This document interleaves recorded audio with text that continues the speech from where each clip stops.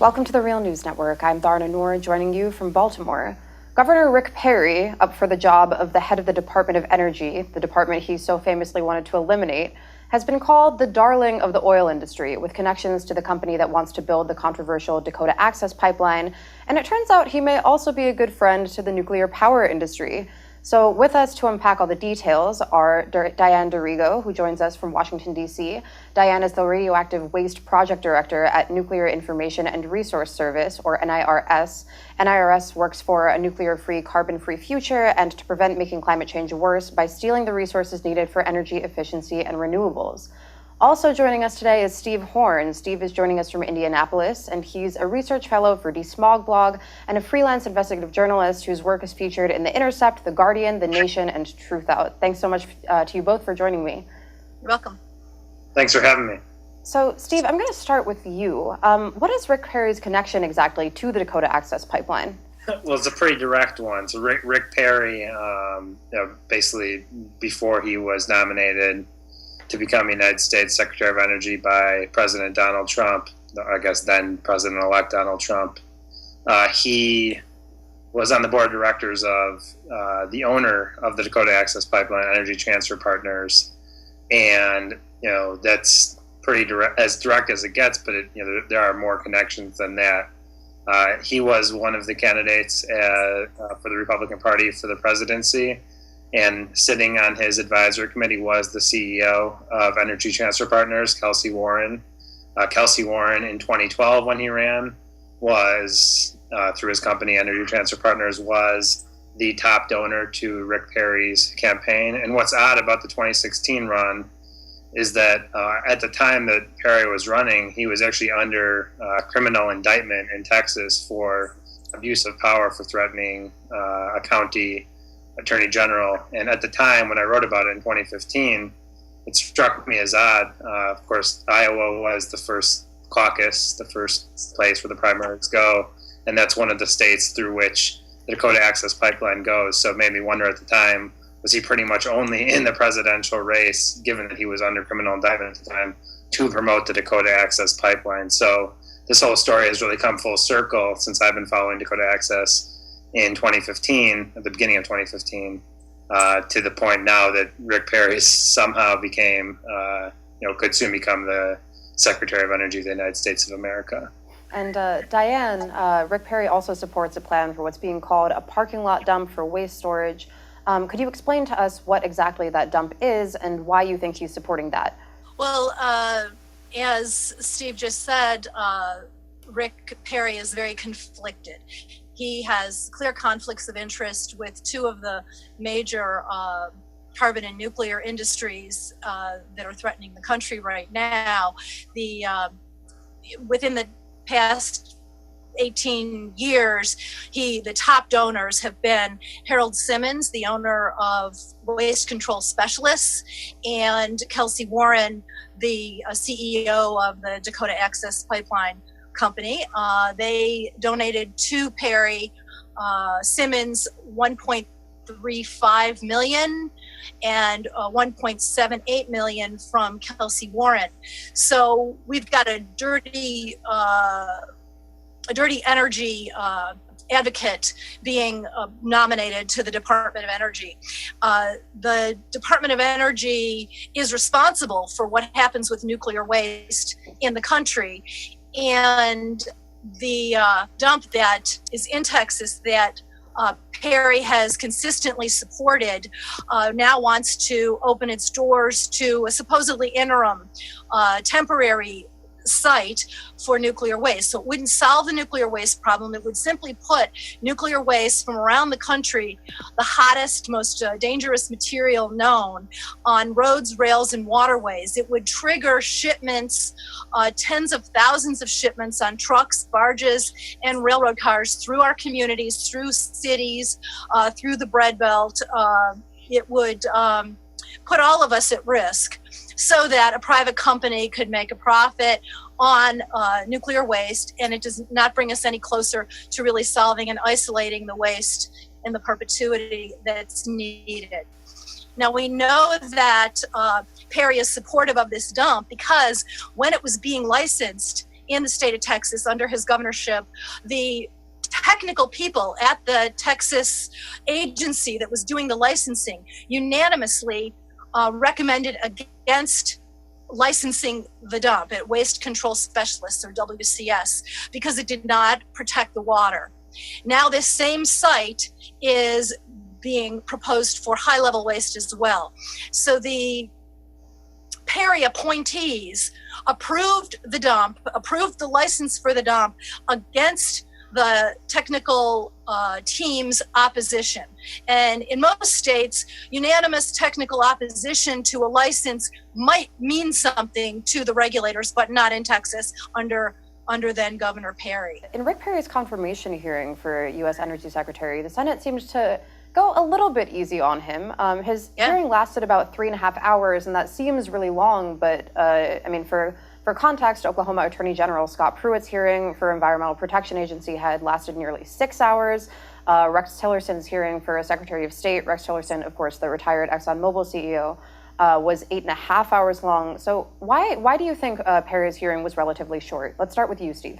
The answer that I came to is that if you look at what was happening that day, which was the Thursday, the day before the presidential inauguration of Donald Trump was coming into D.C. for his first lunch, the leadership luncheon. That was part of his inauguration festivities. And looking at the big picture, these inauguration festivities were all sponsored by big corporations, including J.P. Morgan, including other banks, including Chevron. And this was a lunch that many senators had RSVP'd to. I don't have the whole list in front of me, but some of the media was allowed in for a little bit until they were kicked out, the mainstream media, cable news, and you could hear Donald Trump introducing some of the people who were there. It was his cabinet, his cabinet nominees, it was his donors, and it was members of Congress, including the Senate, including people on the committee that were part of that hearing. And so one of them that was named was Cory Gardner, who's a key member of that particular committee, Republican senator in Colorado.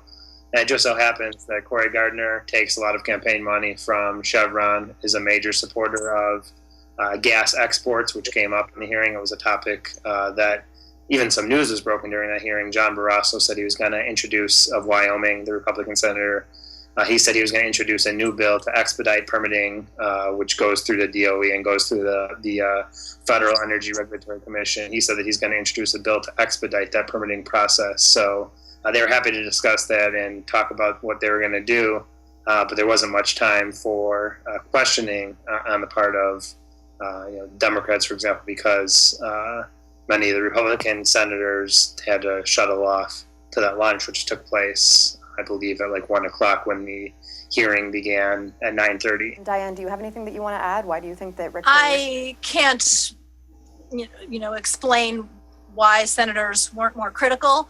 They certainly should have been. Some may have also received campaign contributions from the same people that he does. We do have a problem in our government with the private corporations contributing large amounts to election campaigns. But what we do need for our senators to do is to get someone into that position who is going to promote renewable energy. It's important at this point that nuclear and coal and the carbon industries be replaced by renewables and by efficiency. And Perry is not a champion of these things. And even though there was a lot of wind that developed in his state under his governorship, he wasn't a big pusher of it, and he certainly hasn't done much to push for solar. So what we unfortunately need is our senators to be more critical of this candidate, and to require whoever is in that position to move the country into efficiency and renewables. Before this hearing, Perry was on the record as a climate change denier already. Today there was a leak from Trump's transition team showing that Trump plans to totally gut the EPA. And back in 2011, Rick Perry said he wanted to eliminate the EPA when he ran for Republican presidential nominee. You might remember he actually forgot the name of the EPA. Let's take a look at that clip.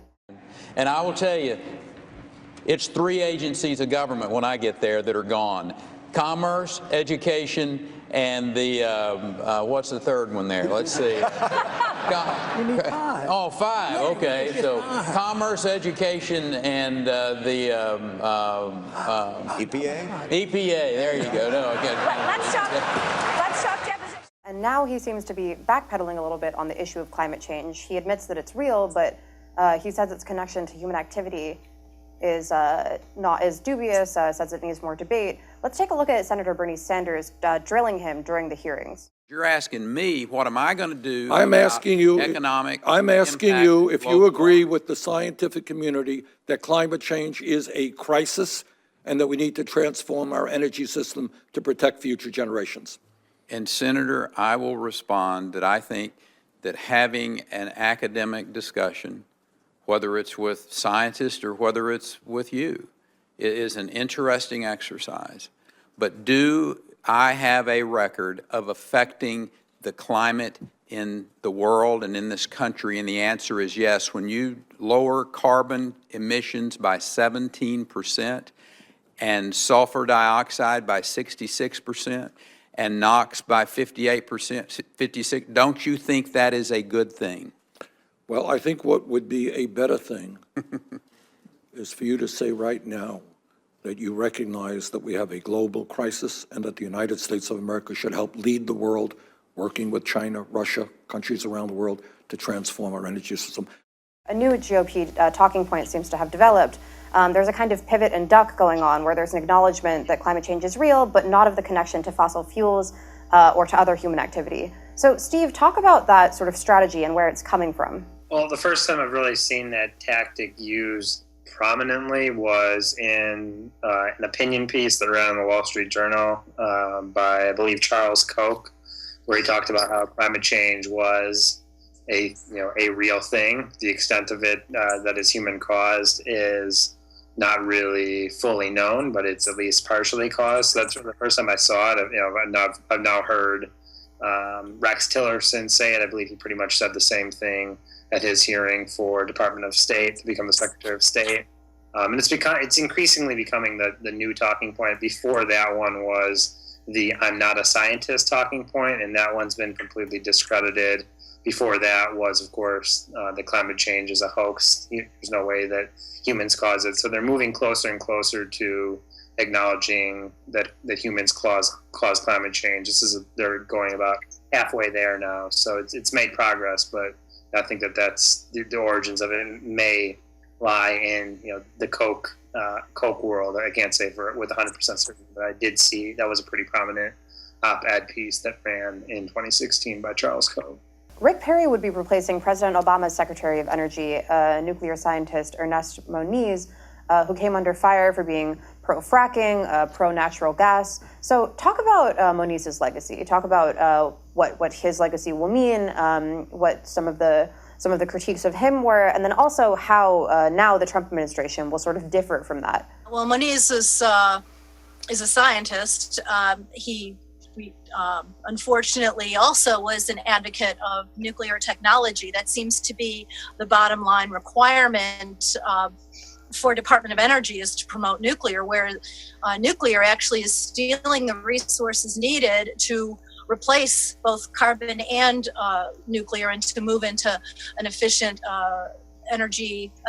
and safe energy future. So unfortunately, both of those people are not good on the nuclear issue.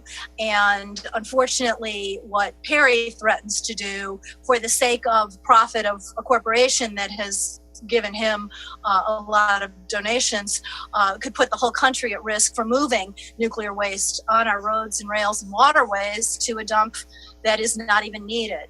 And Steve, can you talk a little bit about what you think the legacy of Ernest Moniz will be and how the coming Trump administration will compare? Yeah, well, so Moniz was, when he was nominated, one of the biggest critiques of him in the environmental community was that he was his background, at least in large part, at MIT when he was an academic there, was in promoting the use of natural gas and oil too, and fracking. So when he was first nominated, he was, coined a frackademic, and he's pretty much sort of carried out that legacy, or he did carry out that legacy as U.S. Secretary of Energy. There were 3 LNG terminals that passed through that were approved by the Department of Energy, 2 in the Gulf Coast, 1 on the East Coast, the Dominion Cove Point LNG terminal. So LNG will be a big part of his legacy, and so will a whole lot of money that was poured into research and development of the continuingly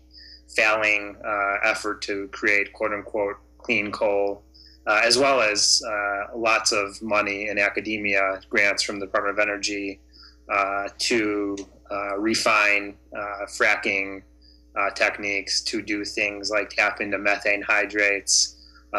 Really, the dirt is in the details. If you look at the budget and what kind of programs DOE research and development money was going into, and a lot of it was in the oil and gas sphere.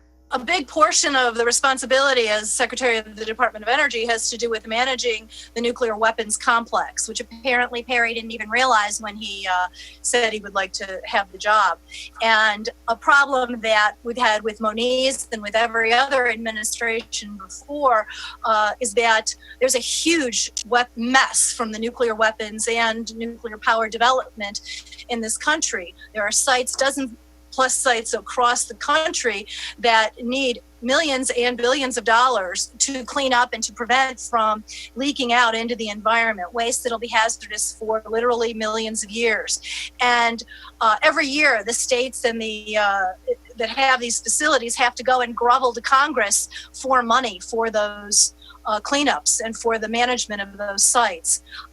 Perry says he's a great manager, but he didn't even know that he had to manage this huge problem. And it's very frightening that this administration could possibly move ahead and relinquish its responsibility. This is waste that the U.S. government is responsible for. It's communities across the country that are threatened, and we need full funding for the cleanup of these facilities.